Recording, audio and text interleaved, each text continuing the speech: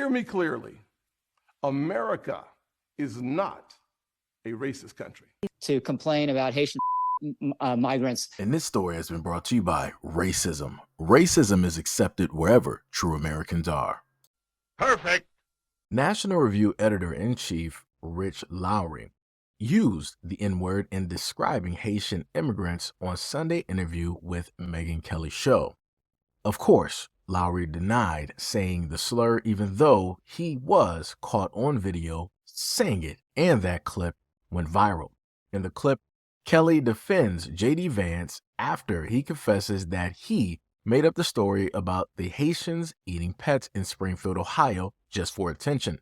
Lowry, on the other hand, also attempted to justify Vance's actions, and that's when he used the racial slur. Calling to complain about Haitian migrants taking geese from ponds. And that's when Lowry used the N-word to describe them, but tried to replace it with the word migrant. On X, his colleagues and Fox News contributor Andrew McCarthy stated that it was an obvious mispronunciation mistake on Lowry's part, and it's not a big deal. Quote, "Yep, this is exactly what happened. I began to mispronounce the word migrant and caught myself halfway through." Many folks have called out Lowry, including comedian and host W. Kamau Bell, who replied, "Nah, you knew exactly what you did. You misspoke. You didn't mispronounce. We just got a window into how you really are. Because since when does migrant start with the letter N?" Okay, so again, plainly, there's no ifs, ands, or buts. This dude is just racist. If you support him, you again are a racist. It is exactly what it is. There is no up for debate. There is no what ifs that even his friend tried to bring up. No. Everybody knew and knows exactly what it is that he meant and exactly what it is that he stated. Also, I want to state this for a lot of other people that are African immigrants, or they feel that they are not a part of the Black American populace, or they feel that they're individuals. No matter how you feel or identify yourself as, people like him are going to tell you specifically who you are and how they see you. That's the opinion that matters. I just want you to know that, because that's the ruling class. Those are the people that lobby, that make the rules, the laws, the regulations. Those are the people that own the prisons. They own the stocks. They make the money move in Wall Street. They're the ones that are ruling over the tech industry, right? These are the ones that are also handing out the very same painkillers that are messing up the American families, breaking them apart, right? Throwing a lot of them into jails and prisons, turning them into addicts, right? Having them into a non-existent fate at this moment in time. These are the exact same people that rule over the pharmaceutical companies that have enabled the addiction, and also turned their very same people, the ones that voted for them, into zombies. So I don't want people to get confused directly on what it is that I'm talking about, because at no point in time can this ever be referred back to Black people or try to blame Black people for anything that they are doing. There are so many problems out here that they don't want to talk about, but yet for some odd reason, Black people are always on their mind. They always want to find a way to drag Black people through the mud. They want to pull them through the ringer. They want to muddy the name. They want to make sure to slander Black people no matter what's taking place. Even if we are not doing anything, we are just simply existing. They will always make sure to do something like this just to let people know, we see you, we hear you, we know that you exist. You might not be doing nothing yet. But we're going to throw this out there just for that what if, when it is time that you did do something, so we could say that, okay, we already called it out and this is what we're going to call you anyway.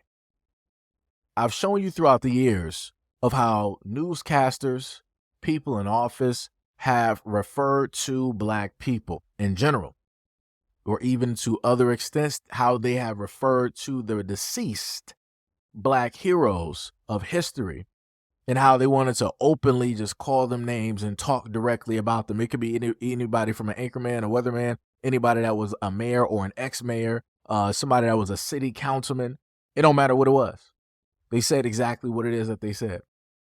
And my main problem is that I don't need an apology. I don't want an apology. I just want people to stand directly on the business that they stated. That's it. I want people like him and many others. If you're going to be racist, be openly racist. Don't hide. Don't try to make an excuse. Just own it.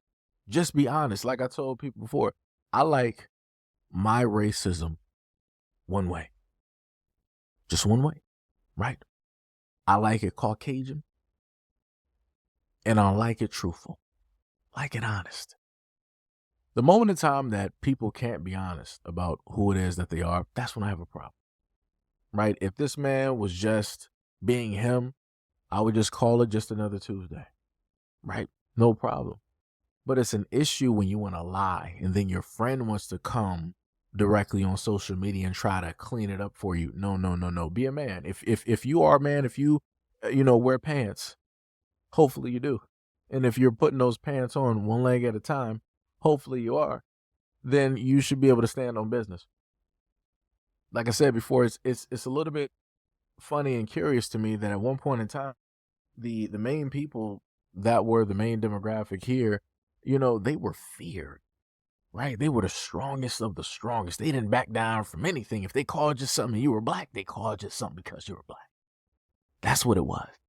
But now you're starting to see them as the frightened, scared, weak, envious, jealous children that they are.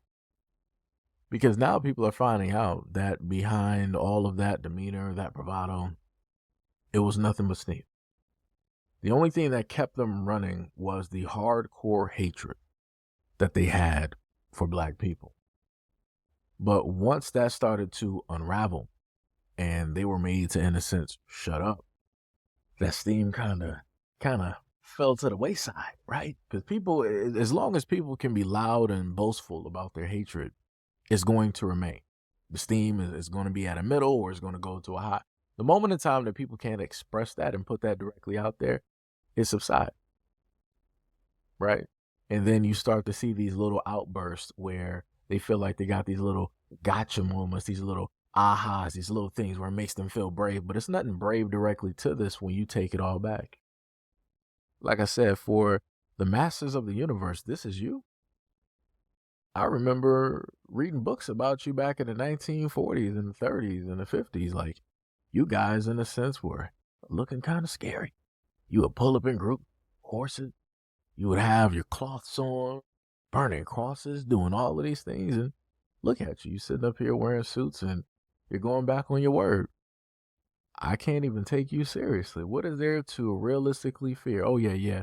You can't sit up there and call the police and, potentially end somebody. But realistically, other than that, what is there in a sense to fear?